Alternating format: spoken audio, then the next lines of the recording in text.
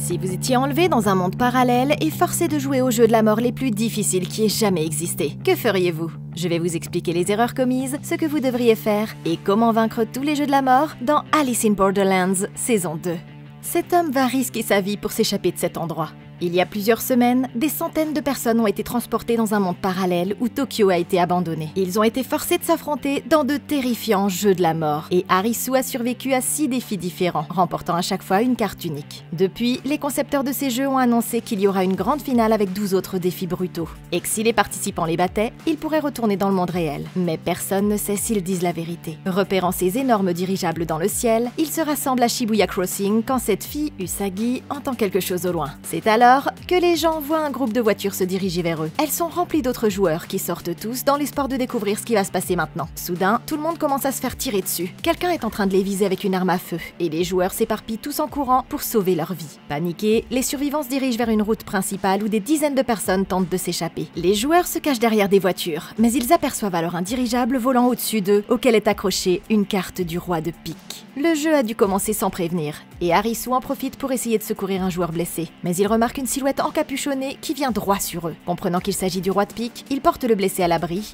mais il découvre qu'il est mort, et ils n'ont aucun espoir de semer le tireur. Soudain, une voiture s'approche d'eux et leur allié Kodai leur dit de monter à l'intérieur. L'équipe s'engouffre dans le véhicule, mais Shishiya, ce type bizarre, doit se séparer d'eux quand une grenade atterrit à proximité. Les survivants s'enfuient aussi vite qu'ils le peuvent, et Arisu leur explique que pour gagner le jeu du roi de pique, ils doivent tuer le tireur. Soudain, le roi arrive à leur hauteur en voiture et commence à leur tirer dessus. L'équipe est obligée de se faufiler dans les rues, d'esquiver les obstacles et les tirs. Mais alors qu'ils s'enfuient à toute vitesse, ils finissent par avoir un accident et la voiture se retourne. Le groupe sort rapidement du véhicule, mais le roi de pique n'arrête pas de tirer sur tous ceux qu'il voit. Au péril de leur vie, les survivants s'enfuient et se séparent en se cachant dans un immeuble. L'équipe d'Arisu décide de rester ici pour la nuit, rassemblant toutes les fournitures qu'ils peuvent trouver. Quant à Kodai, il part avec Kuina pour trouver une nouvelle voiture. Cette nuit-là, Arisu et la grimpeuse Usagi cherchent de la nourriture dans une supérette. Ils commencent à se sentir nostalgiques des choses qu'ils ont vécues avant d'être emmenés dans cet endroit. Et Arisu insiste pour qu'ils rentrent chez eux. Mais la femme révèle que son ancienne vie était misérable et qu'elle ne veut pas y retourner. L'homme insiste sur le fait que les choses peuvent s'améliorer, mais la femme a trop peur d'y retourner. Et elle repart rapidement dans leur cachette. Le lendemain matin, Arisu élabore un plan. Il y a encore d'autres défis à relever, et les cerveaux, quels qu'ils soient, ne se gêneront probablement pas les uns les autres. Ça signifie que s'ils participent à un autre jeu, ils ne seront pas abattus, et auront la possibilité de renouveler leur visa pour les Borderlands. C'est la seule façon pour eux de survivre à cet endroit, et de continuer à jouer. Le groupe étant d'accord, ils décident de rejoindre le jeu du roi de trèfle. Mais les choses ne vont pas devenir plus faciles pour eux. Ok, ça devient déjà de la folie. La taille et la difficulté de ces jeux viennent d'augmenter radicalement, et nous allons devoir être encore plus intelligents que d'habitude si nous voulons avoir une chance de survivre. La solution d'Arisu est de rejoindre un autre jeu et d'éviter le tireur. Mais le problème, c'est que ça ne les mettra pas vraiment à l'abri. Ils risqueront toujours leur vie, mais dans d'autres jeux. Et tant qu'il y aura un tireur en liberté, ils perdront le temps précieux dont ils ont besoin pour élaborer des stratégies de survie en dehors des jeux de la mort. Il est également important de souligner que le dirigeable se déplace constamment, ce qui signifie que toute la région de Tokyo est une zone de danger terrifiante. Dans cette optique, je m'efforcerai de tuer ce type avant de passer au reste du jeu. Et le meilleur moyen d'y parvenir est de l'attirer dans un piège. Si c'était moi, j'essaierais d'utiliser l'espace vertical de la ville à notre avantage. Pour l'instant, tout le monde s'enfuit en 2D, et tant qu'il y a des gens à tuer devant lui, l'homme ne regardera pas en l'air. Ce qui signifie que nous pouvons le prendre par surprise. Si nous pouvons lui lancer quelque chose d'en haut, nous pourrons peut-être le blesser, ou au moins interrompre sa folie meurtrière assez longtemps pour le plaquer au sol. Aussi simple que ça puisse paraître, même les tactiques de guerre urbaine les plus avancées utilisent des moyens similaires pour attirer leurs ennemis dans des points d'étranglement où l'environnement joue en leur faveur. C'est pourquoi je rassemblerai le plus grand nombre de fuyards possible en leur disant que j'ai un plan, et que tout le monde doit me suivre. Ensuite, nous nous enfoncerions dans la rue aussi loin que possible, en nous abritant dans les ruelles étroites des bâtiments des deux côtés où nous pourrons l'attirer. De là, nous monterions aux étages supérieurs, attendant qu'il n'ait plus de munitions. Et pendant qu'il rechargerait son arme, nous pourrions lancer des objets lourds sur lui pour interrompre son attaque. Cet homme porte également une capuche qui bloque la majorité de sa vision périphérique. Pour le boss d'un jeu droit, c'est un angle mort dont il devrait avoir conscience, et qu'il n'aurait pas dû laisser comme ça. Et si nous transformons cette zone en un champ de bataille tridimensionnel, nous pourrons l'utiliser contre lui et gagner. Plus tard dans la journée, ils se rendent au port et trouvent un panneau leur indiquant qu'aucune arme n'est autorisée dans l'arène. S'approchant d'une table remplie de bracelets, le groupe est informé que 5 personnes doivent entrer pour que le jeu puisse commencer. Mais l'un des bracelets a déjà été pris. Soudain, un joueur les interpelle et ils le reconnaissent comme étant Niragi, le traître d'une partie précédente. Il a essayé de les tuer il y a quelques jours et ils insistent pour ne pas jouer avec lui. Mais il révèle qu'il a déjà mis un bracelet. Il ne peut pas l'enlever, quoi qu'il fasse. N'ayant pas d'autre choix, les autres décident de le rejoindre. Après avoir mis leur bracelet, le groupe entre dans l'arène et trouve un poteau géant au centre de la zone portuaire. Et leurs adversaires sortent pour les accueillir. Soudain, ce type se présente comme Kyuma, le roi de trèfle, et il leur explique qu'ils sont tous des citoyens de ce monde. Il leur explique les règles et leur dit qu'ils auront 2 heures pour voler les points de l'autre équipe, et que celle qui en aura le plus à la fin du temps imparti gagnera. Chaque équipe commence avec 10 000 points et doit les répartir entre ses coéquipiers avant le début du jeu. La première façon de gagner des points est d'affronter un adversaire dans une battle. Celui des deux qui en a le plus gagne 500 points. Les joueurs peuvent également s'associer pour combiner leurs points lors d'une battle. La deuxième façon est de trouver une des 6 bornes cachées dans le port. Enfin, ils peuvent gagner 10 000 points en touchant la base de l'équipe adverse. Quelqu'un peut rester en arrière pour défendre leur base, et si cette personne maintient le contact avec sa base, elle peut battre n'importe qui dans une battle. Les personnes qui ont déjà fait une battle ou touché la base de leur ennemi doivent réactiver leur bracelet en retournant à leur propre base. Mais si un adversaire les touche avant, les 2 personnes seront choquées électriquement. Les joueurs mourront si le total de leurs points est inférieur à 0 ou si leur équipe perd. Sur ce, le roi s'en va. Le jeu commence et Harisu distribue le total, donnant aux joueurs les plus lents le plus de points et aux joueurs les plus rapides le moins de points, les associant pour qu'ils s'entraident dans le jeu. Le défenseur restera à la base avec les 100 derniers points restants. S'enfonçant dans l'arène, Harisu et l'artiste martial Kuina cherchent des objets dans ce conteneur. À l'intérieur, ils découvrent cette borne et réalisent qu'il s'agit d'un des objets à trouver. La jeune fille appuie rapidement sur le bouton, ce qui lui rapporte 2000 points. Il s'apprête à partir, mais au moment de fermer la porte, le roi de trèfle se révèle et il les défie dans une battle. Le gamin est impressionné par l'assurance de ce type et il décide de l'affronter seul. Mais il est surpris de voir que le roi n'avait que 2000 points sur son bracelet. Le joueur a engrangé 500 points et il se rend compte que le roi a dû répartir le total de façon égale entre les membres de son équipe. Au moment de rentrer à la base, le groupe est sûr de gagner, mais les choses vont devenir beaucoup plus intenses. Lors de la deuxième épreuve, l'équipe parvient à trouver une borne et à gagner 1000 points. Mais c'est là sa plus grande erreur. Kodai se rend compte que le roi est arrivé avec 3 autres membres de l'équipe et qu'ils l'ont encerclé. Il est clair qu'il vise le poteau et le défenseur le touche, ce qui lui donne des points infinis pour éliminer l'un d'entre eux. Mais il s'en moque. Les hommes sprintent vers la base et 3 d'entre eux parviennent à la toucher, ce qui leur rapporte 30 000 points. Leur ami n'a pas réussi à établir le contact et il fait ses adieux avant qu'un laser ne le tue sur place.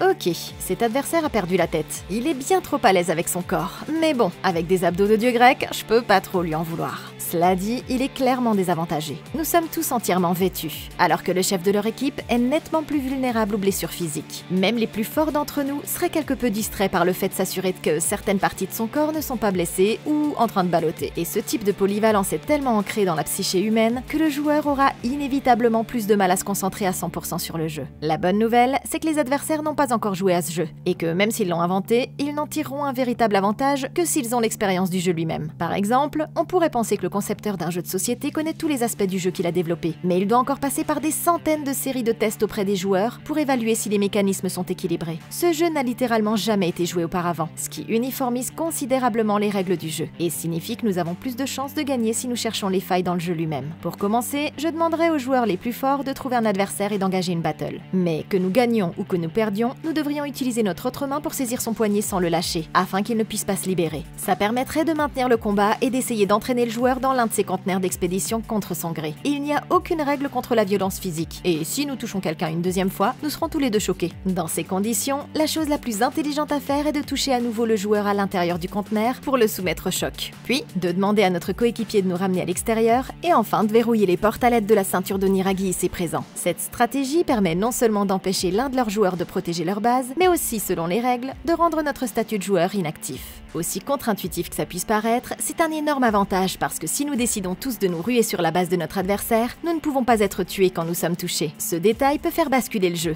parce qu'au premier tour, la majorité des joueurs s'attendront à nous rencontrer dans le labyrinthe et à engager des battles, au lieu de défendre leur territoire. La défense est la stratégie la moins probable au début du jeu, parce qu'il est plus naturel de s'aventurer dans l'exploration des mécanismes du jeu. C'est pourquoi, après avoir enfermé l'un de leurs joueurs, la décision la plus intelligente est que tout le monde se précipite vers la base ennemie. Si au moins l'un d'entre nous est inactif, cette personne peut mener la charge et attirer l'attention du défenseur, ce qui laissera les autres joueurs libres de toucher le poteau sans risquer leur vie.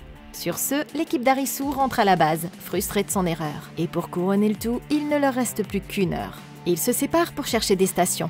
Mais pendant qu'ils cherchent, leurs adversaires les devancent. La différence de score augmente et Harisu se rend compte qu'ils jouent comme s'ils avaient déjà perdu. Prenant son courage à deux mains, il dit à ses coéquipiers qu'ils doivent tous faire un raid vers la base du roi. Et il insiste sur le fait qu'ils ne doivent pas avoir peur de prendre des risques. Sinon, ils ne gagneront jamais. Ça incite les autres à se joindre à lui. Et comme tout le monde est d'accord, ils mettent leur plan à exécution. Plus tard, les ennemis attendent que l'équipe d'Harisu se présente avec les autres. Mais soudain, la grimpeuse apparaît au sommet d'un conteneur d'expédition et défie l'un d'entre eux de la poursuivre. La fille s'enfuit et Goken décide de poursuivre la joueuse, laissant 3 personnes protéger la base.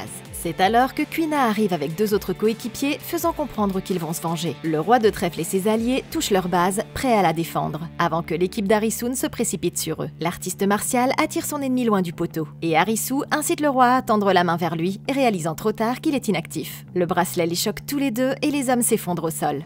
Il ne reste plus que le traître contre la femme, et il lui crache une gorgée de sang. Ça lui donne l'ouverture nécessaire pour toucher le poteau, et il parvient à l'atteindre avant qu'elle ne l'arrête, faisant gagner 10 000 points à son équipe. Leur plan fonctionne, et Niragi profite de son statut d'inactif pour se précipiter sur un autre adversaire afin de le choquer. Kuina s'élance vers le poteau, mais elle est soudainement repoussée et perd 500 points à cause du contact. Il y a maintenant 3000 points d'écart, et l'équipe ennemie n'a plus qu'à défendre sa base jusqu'à la fin du temps imparti pour gagner. Se sentant désespéré, le groupe retourne à la base et la grimpeuse décide de chercher la dernière borne. Elle fouille dans les conteneurs d'expédition et parvient à la trouver, ce qui rapporte 2500 points à son équipe. Ça signifie qu'il y a maintenant une différence de 500 points. Dans un acte de désespoir, Harisu insiste pour retourner attaquer la base de l'ennemi. Il leur suffirait de gagner une seule battle pour vaincre les autres, et il se précipite, sachant qu'il ne reste que 10 minutes avant qu'il ne meure. Pendant ce temps, la grimpeuse trouve le traître et insiste pour qu'ils travaillent ensemble dans une battle. Mais il a perdu tout espoir, et il attaque vicieusement la fille. Elle est à 2 doigts d'être tuée, quand tout à coup, l'homme est entraîné par Harisu qu'il frappe brutalement. Horrifié, il ramène la fille à la base où il n'y a personne, et il part à la recherche du défenseur. Il trouve l'homme en train d'essayer d'arracher le bracelet de son poignet, mais il n'est pas assez fort. Le joueur explique qu'il a 10 100 points sur son bracelet, et que si Harisu le porte discrètement sur lui, il pourra le combiner avec son propre total de points. Ça leur permettrait de gagner une battle, et comme il n'y a pas de règle concernant le fait de retirer son bracelet, ça devrait fonctionner. Comme le temps presse et qu'il n'a pas de meilleure idée, Harisu sacrifie son ami pour gagner. Ok, c'est hyper brutal, mais ces joueurs jouent enfin ce jeu comme il se doit. Leur vie étant en jeu, le risque de se blesser à la main peut valoir la peine si ça permet de gagner le match. Mais s'ils avaient pris le temps de réfléchir, ils se seraient rendus compte qu'ils avaient une meilleure option à leur disposition. Harisu a surpris son coéquipier en train de trahir Usagi, et ça signifie définitivement qu'il n'est plus fiable dans leur stratégie de jeu. Aussi dévastateur que ça puisse être, ça pourrait en fait améliorer leurs chances de gagner, parce que ça signifie qu'ils peuvent l'utiliser d'une manière qu'ils n'auraient jamais envisagée auparavant. Au lieu de mutiler la main d'un coéquipier digne de confiance, l'approche la plus intelligente serait d'aller chercher le traître et de lui casser la main, pour pouvoir récupérer son bracelet, et ensuite l'utiliser pour gagner une battle, sauvant ainsi la vie de tout le monde. Nous savons déjà que Niragi a pu toucher le poteau également, donc il a plus de 10 000 points dans son bracelet lui aussi, ce qui nous donnerait plus qu'assez pour vaincre le roi de pique. De cette façon, nous pouvons toujours utiliser Kodai pour défendre notre base contre les autres adversaires pendant que nous cherchons quelqu'un à vaincre pendant les 8 minutes qu'il nous reste. Il n'est pas certain que nous puissions trouver un autre joueur à temps pour l'affronter, et avec 2 joueurs trop blessés pour continuer, nos chances de remporter la victoire deviennent de plus en plus minces. La bonne nouvelle, c'est qu'il nous reste une joueuse qui peut nous aider en cas d'imprévu pendant que nous mettons notre plan à exécution. Kuina n'est pas la plus forte ni la plus rapide, mais elle est la plus athlétique et possède les meilleures aptitudes au combat de tout le groupe. Le problème, c'est qu'elle a le moins de points parmi tous ceux qui restent à jouer, mais c'est justement pour ça que je lui ai demandé de défendre la base à la place de Kodai. Elle pourra utiliser son agilité et ses mouvements d'arts martiaux pour défendre plusieurs combattants, au cas où ils essaieraient à nouveau de toucher le poteau pour sceller leur victoire. Même si Kodai est blessé, il pourra utiliser ses 10 100 points plus efficacement en nous aidant à coincer nos adversaires dans le labyrinthe afin de les piéger et de leur faire perdre le combat. Kodai parvient à retirer son bracelet et Harisu court affronter le roi de trèfle. Il trouve l'homme qui surveille le port et il lui dit qu'il abandonne, lui demandant de lui serrer la main. L'homme l'avertit qu'il va perdre la battle et se faire tuer. Mais le gamin insiste sur le fait qu'il veut mourir avec honneur en affrontant un adversaire digne de ce nom. Voyant cela, le roi décide d'accéder à la dernière requête d'Harisu et il se serre la main d'homme à homme. Mais c'était sa plus grande erreur. Ils s'affrontent et il constate qu'Harisu a 14 950 points dans son bracelet, ce qui fait de lui le vainqueur. Le plan a fonctionné et le joueur a récupéré exactement ce dont il avait besoin pour gagner. Le roi de trèfle a été vaincu et Harisu profite de l'occasion pour demander s'il revient reviendront dans le monde réel en gagnant chaque partie. Mais l'homme lui répond simplement qu'il a été un ancien joueur lui aussi, et qu'il devrait faire confiance à son instinct. La partie s'achève et tous les membres de l'équipe ennemie sont abattus. Ce qui fait qu'il y a une partie de gagnée et qu'il en reste 11 à disputer. Pendant ce temps, à l'autre bout de la ville, cet homme arrive dans une prison et passe un collier métallique autour de son cou, avant de monter à l'étage pour rejoindre plusieurs autres joueurs qui se sont rassemblés pour une partie. C'est alors qu'un écran s'allume pour les accueillir dans le défi du valet de cœur appelé cellule de prison, et on leur décompose les règles.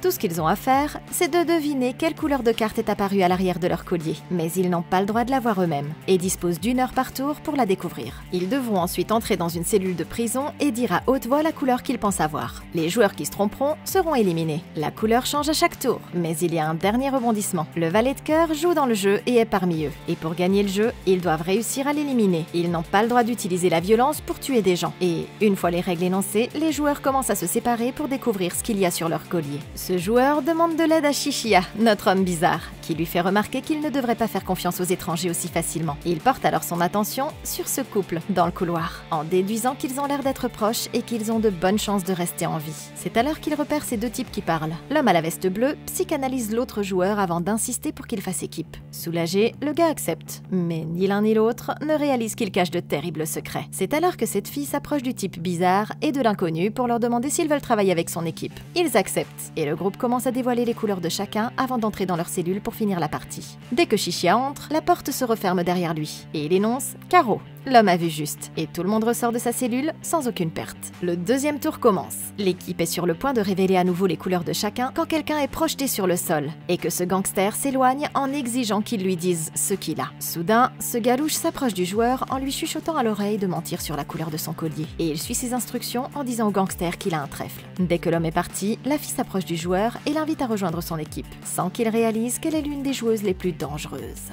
Ok, c'est terrifiant. Dans ce jeu, nous ne pouvons faire confiance à personne. Et pour aggraver les choses, nous ne sommes pas autorisés à voir nos propres colliers. Ça signifie que même si nous parvenions à créer un miroir pour voir la couleur dans notre nuque, nous serions éliminés du jeu. Le seul moyen de jouer est de faire confiance aux autres. Et si vous avez vu à peu près n'importe quelle vidéo sur cette chaîne, vous savez que c'est un de mes traits de caractère les plus faibles. Cela dit, le jeu ne s'arrêtera pas tant que tous les joueurs ne seront pas morts, ou que le valet de cœur soit démasqué. Dans cette optique, l'approche la plus intelligente consiste à travailler ensemble, et à réussir à déduire qui est cette personne avant que trop d'entre nous ne soient éliminés. Le valet de cœur ne va pas faire de vagues, s'il n'y est pas obligé, parce que dire la vérité nous maintiendrait ici plus longtemps, et reviendrait à faire le jeu du cerveau. La bonne nouvelle, c'est qu'on peut utiliser ça contre lui. C'est pourquoi si c'était moi, j'attendrais que suffisamment de personnes aient été éliminées pour que quand il y aura moins de joueurs, nous puissions travailler ensemble à l'identification du valet. Au lieu de nous diviser en groupes et en paires pour découvrir nos combinaisons, je proposerais que nous utilisions l'heure dont nous disposons entre les tours pour interroger chaque personne en tant que groupe, en essayant de prendre quelqu'un en flagrant délit de mensonge.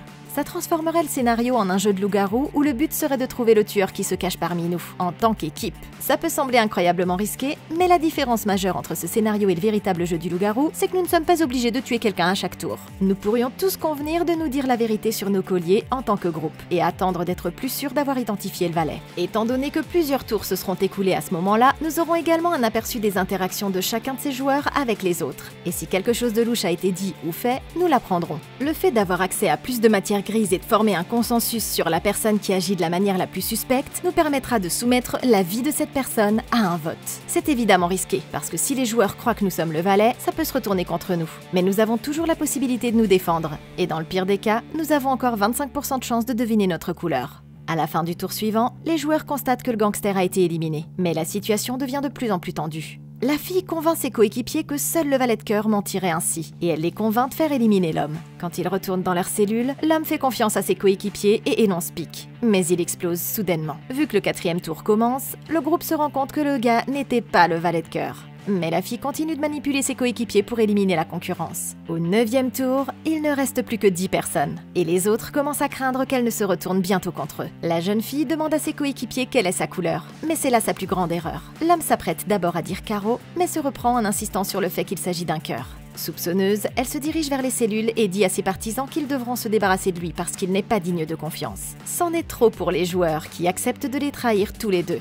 Et au 13e tour, les joueurs se sont tous retournés les uns contre les autres. Et il ne reste plus que 5 personnes, dont le valet de cœur. Ayant perdu son coéquipier, Shishia aborde ce gars et lui révèle que son partenaire est Sunato Banda, un infâme tueur en série condamné à mort. Et il l'accuse d'être le valet de cœur. Il est le seul à pouvoir mettre fin au jeu en trompant le valet, et il lui propose de révéler les couleurs qui se trouvent sur leurs colliers respectifs. Mais le joueur s'en va en mentant sur le fait que Shishia porterait un cœur. Plus tard, la femme se rend dans la réserve et Shishia s'approche d'elle. Il lui demande si elle peut révéler sa couleur. La joueuse ne dit rien, trop paranoïaque pour lui faire confiance. Et le type bizarre lui dit qu'elle a un cœur. Il lui demande ensuite s'il a un trèfle, mais elle refuse de répondre et quitte la pièce. Il a semé le doute dans son esprit. Et il est clair pour Shishia que le valet de cœur jouera un coup ce tour-ci pour mettre fin au jeu. Et il n'a aucune garantie qu'il survivra. À la fin du tour, les joueurs entrent tous dans leur cellule et une explosion retentit dans tout le bâtiment. C'est alors que le gamin sort de sa cellule. Voyant que personne d'autre n'est sorti, il célèbre sa survie. Il a trahi son coéquipier et s'est montré plus malin que tous les autres. Mais c'est alors que Shishia sort de sa cellule. Il a réussi à deviner sa couleur correctement et accuse le gamin d'être le valet de cœur. Son partenaire sort alors de sa cellule, révélant qu'il savait qu'il préparait quelque chose.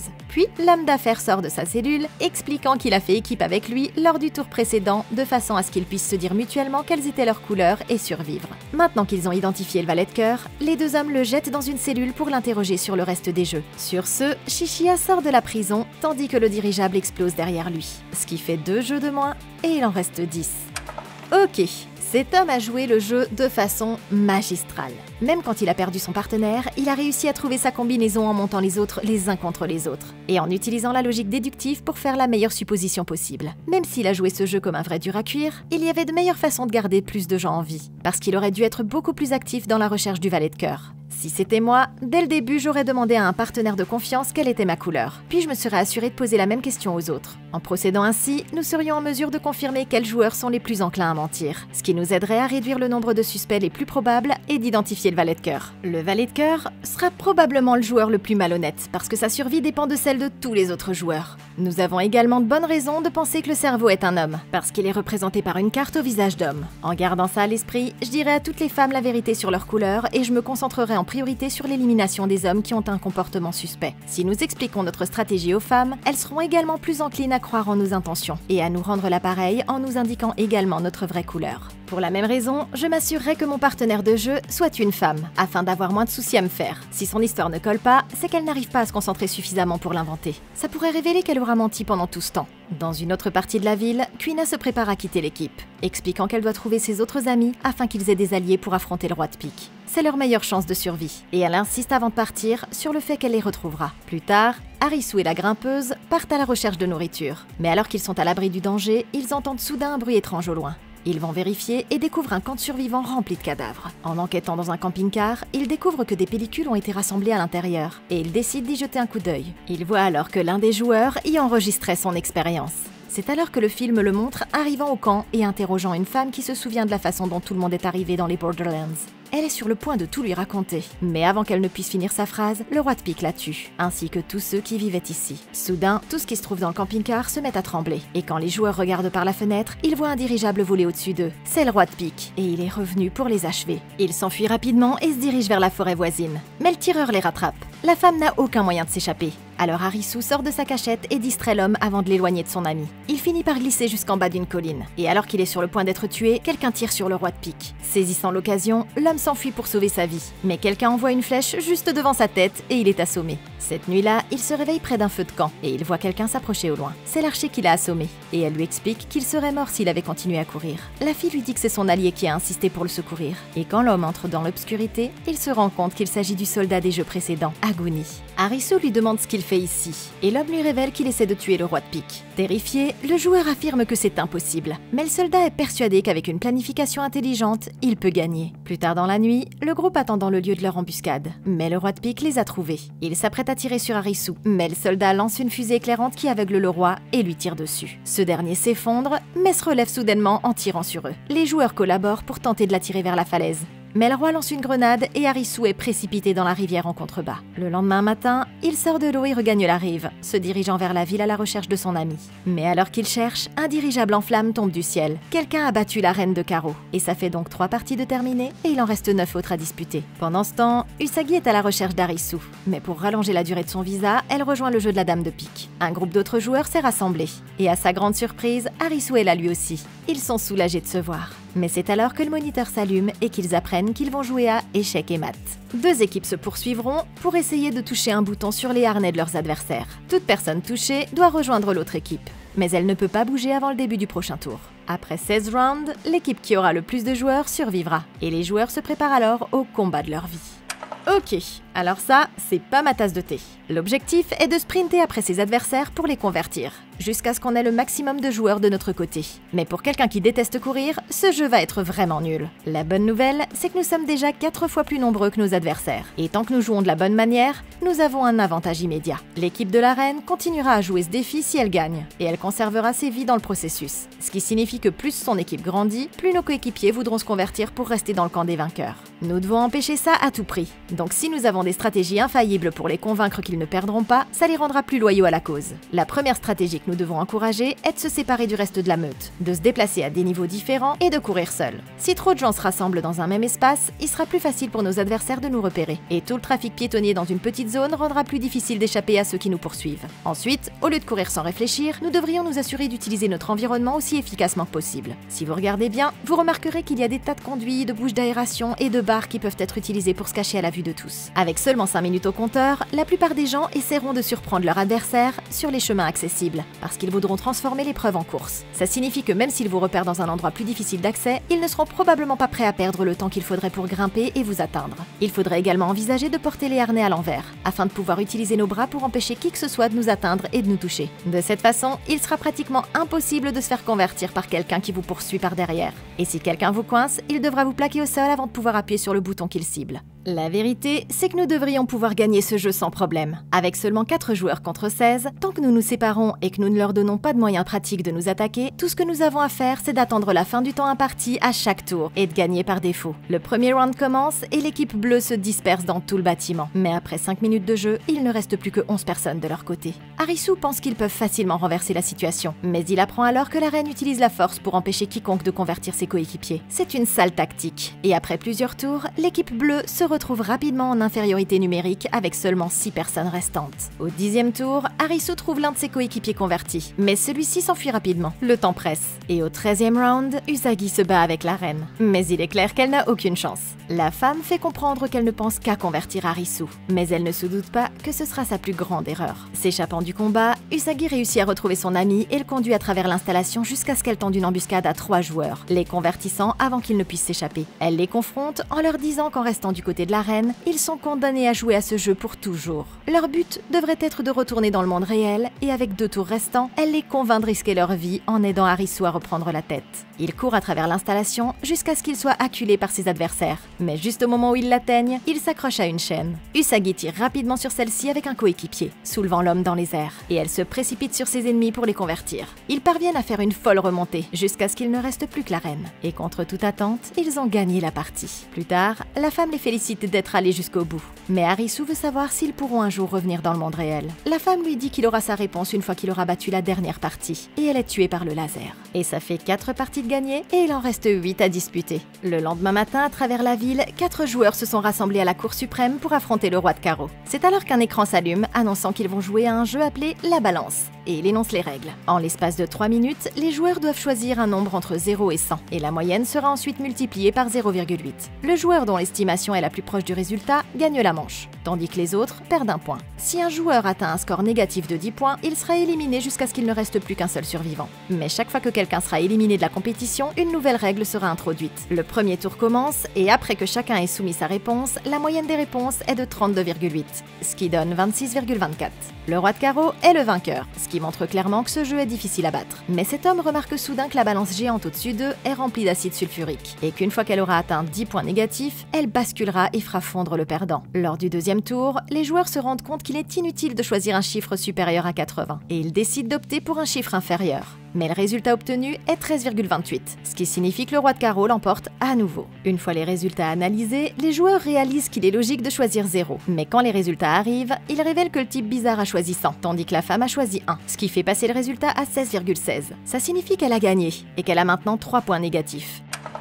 Ok, ce jeu est absolument terrifiant. Chaque personne ici présente est un génie d'une manière ou d'une autre. Xixia a même reconnu le concepteur du jeu comme un membre fondateur de la communauté de la plage lors de la dernière saison. Avec une telle puissance cérébrale dans la salle, il est clair que nous devons sortir des sentiers battus si nous voulons gagner. L'homme a fait un coup de génie en choisissant 100, alors que tout le monde pensait qu'il choisirait 0. Ça a fait basculer le jeu, parce qu'il s'agit ici de calculer la moyenne en prédisant le choix des autres, puis de choisir un nombre inférieur au leur parce qu'on sait qu'il sera multiplié par 0,8.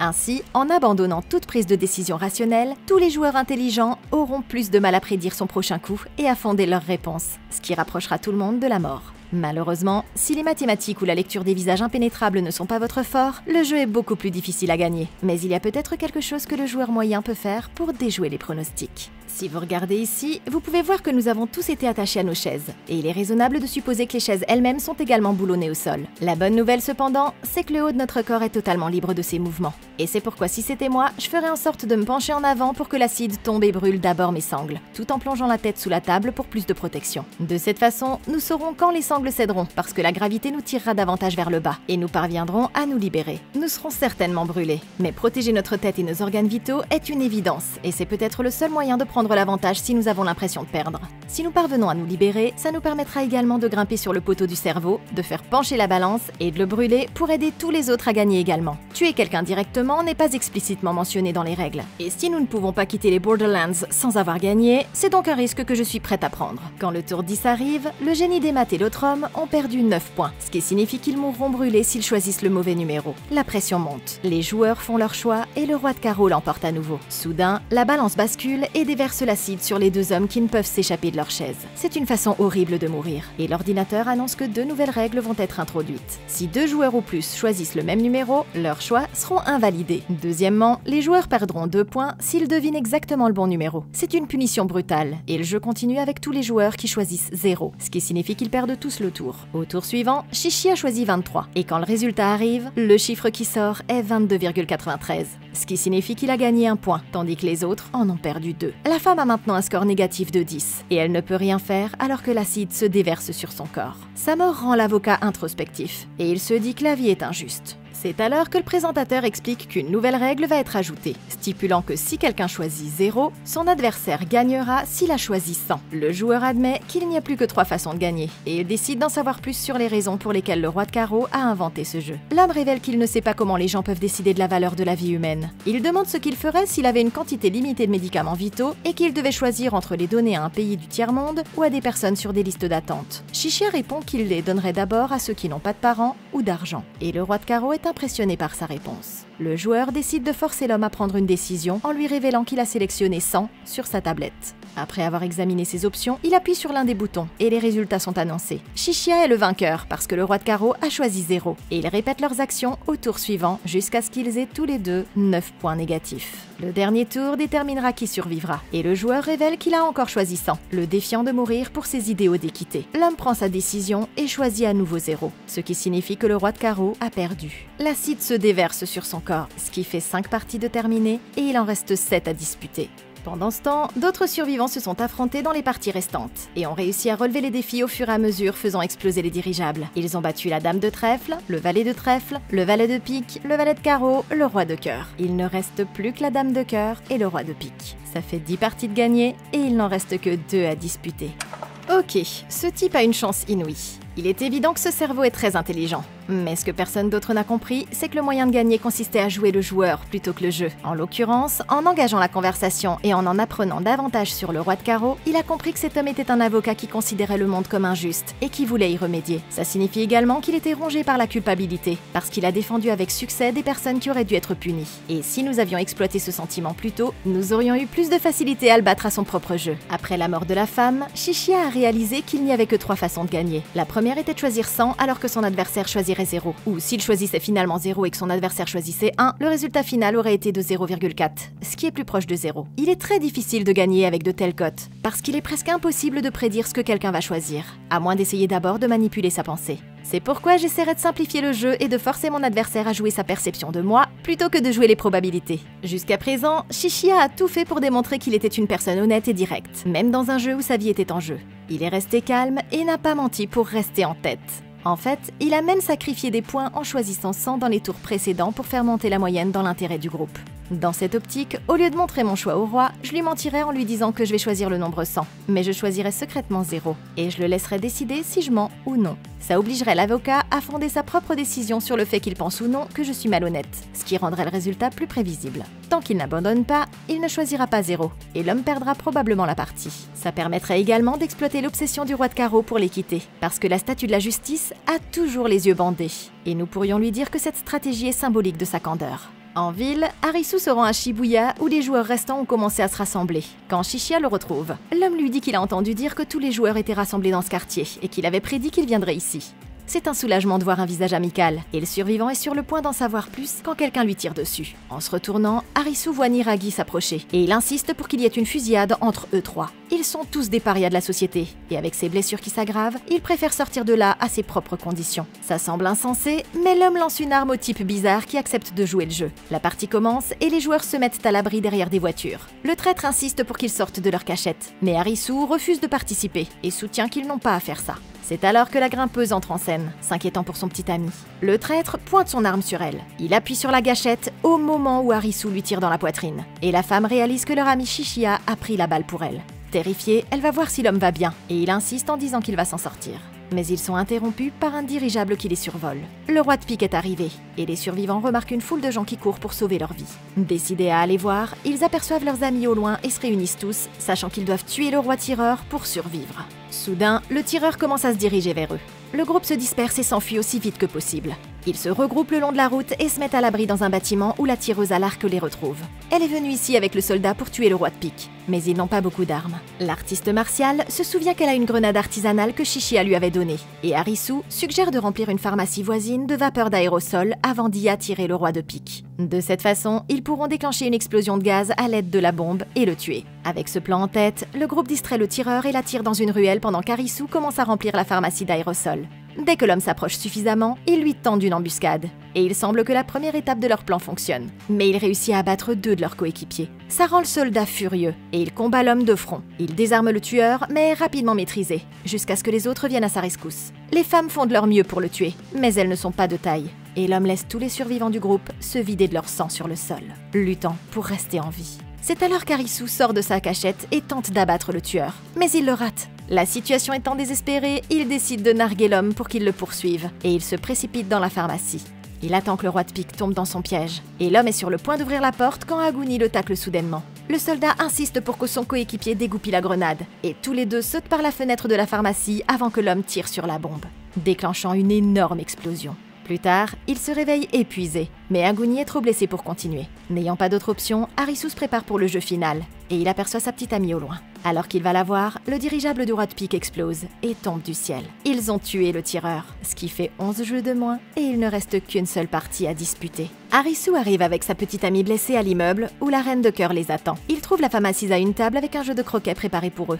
La femme leur souhaite la bienvenue pour leur prochain défi, le croquet. Elle les rassure en leur disant qu'il importe peu qu'ils gagnent ou qu'ils perdent le jeu lui-même. Le seul moyen de remporter le défi est de jouer 3 tours sans abandonner. Et celui qui abandonne le premier perdra la partie. C'est suspect, mais Harisu décide de jouer pour eux deux et le premier tour se termine par la victoire de la reine. Il passe au tour suivant sans aucun signe de ruse ou de piège. Mais il y a un problème. Les blessures de sa petite amie saignent abondamment. Et si ce défi ne se termine pas rapidement, elle va mourir. Ok, c'est suspect comme l'enfer. Rien dans cette femme ne me semble digne de confiance, et il est manifestement trop simple de supposer que quelque chose d'horriblement dangereux ne se cache pas sous la surface.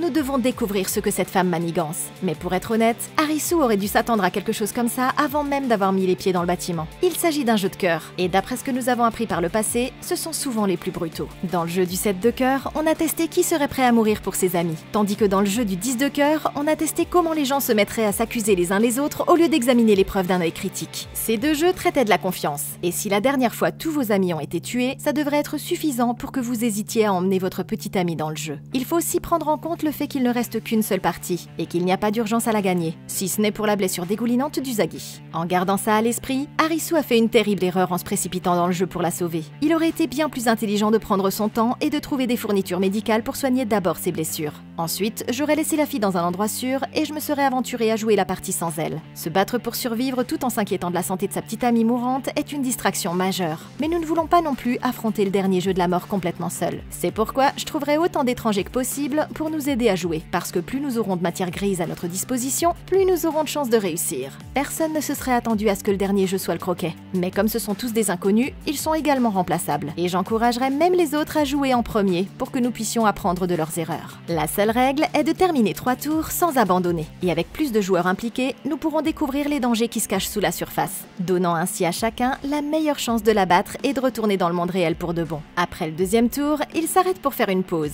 Et la reine de cœur leur sert une tasse de thé. Mais Arisu veut savoir s'ils peuvent retourner dans le monde réel après avoir battu ce jeu. La femme se contente de le narguer, se moquant de sa situation. Furieux, Arisu vise la tête de la femme avec son fusil. Mais il se rend compte qu'il s'agissait d'un piège. Les règles disent qu'une personne perdra si elle abandonne. Mais comme la reine n'abandonnera pas, la tuer rendrait le jeu impossible à battre. Reconnaissant sa capacité de retenue, elle décide de lui révéler que cet endroit n'existe pas et qu'il s'agit en fait d'un mécanisme de survie créé dans son esprit après un accident traumatisant. Tous les jeux auxquels il a joué sont issus de ses souvenirs et la reine de cœur est en fait sa psychiatre. C'est à ce moment-là qu'il commence à sortir de cette réalité et à voir le monde qui l'entoure comme étant le cabinet d'un médecin. Il commence à se souvenir que le jour du feu d'artifice, ses amis ont été percutés par une voiture et qu'il souffre depuis de la culpabilité du survivant. La femme insiste sur le fait que ces jeux sont liés à sa propre estime de lui-même et il commence à fondre en larmes. C'est alors qu'Usagi entre soudainement dans le bureau, insistant pour qu'il se réveille. Mais la femme lui dit de le laisser tranquille, et elle demande à l'homme de confirmer s'il veut arrêter le jeu. La reine lui dit de prendre ses médicaments, et il s'apprête à les ingérer quand Usagi les lui arrache des mains. Soudain, il se retrouve dans le tunnel et voit sa petite amie se vider de son sang. Usagi commence à perdre conscience, mais elle se bat contre la douleur. Et l'homme tend la main et parvient à prendre la sienne, retrouvant ainsi un second souffle. Il refuse d'abandonner, et il sort de son hallucination pour finir ce qu'ils ont commencé. Arisu continue de jouer, et après 3 rounds, la femme le félicite d'avoir gagné. Sur ce, un laser descend du ciel et la tue. Ce qui fait 12 parties de gagnées et il n'en reste plus aucune. Des feux d'artifice sont soudain lancés dans le ciel, annonçant que tous les défis ont été relevés, mais que les survivants doivent maintenant décider s'ils veulent rester ici en tant que citoyens des Borderlands. Arisu et Usagi refusent l'offre, et les feux d'artifice disparaissent soudain, et l'homme se réveille à Tokyo, entouré des débris de la ville. Une comète est tombée du ciel et s'est écrasée, laissant la ville en ruine. Et tous ceux qui se trouvaient à Shibuya ce jour-là ont été envoyés dans les Borderlands où leur vie était en jeu. Plusieurs jours plus tard, Arisu est prêt à sortir de l'hôpital et son jeune frère le salue. Il lui révèle que son cœur s'est arrêté de battre pendant 1 minute. C'est arrivé à tous ceux qui ont survécu à l'impact, mais personne ne se souvient clairement de ce qu'il a vécu dans les Borderlands. Arisu décide d'aller se chercher une boisson, mais alors qu'il prend sa bouteille, il tombe nez à nez avec Usagi. Il aide la jeune femme à avoir de la monnaie et la lui tend, mais il a soudain l'impression qu'ils se sont déjà rencontrés. La femme lui propose d'apprendre à mieux se connaître, sans se douter qu'ils entrent dans un nouveau jeu mortel appelé l'amour. Mais qu'en pensez-vous? Comment auriez-vous battu Alice in Borderlands saison 2? Dites-le moi dans un commentaire ci-dessous. Merci beaucoup d'avoir regardé. Laissez un like, abonnez-vous et regardez la playlist de Comment battre pour plus de vidéos comme celle-ci. Et d'ici la prochaine fois, passez une excellente journée!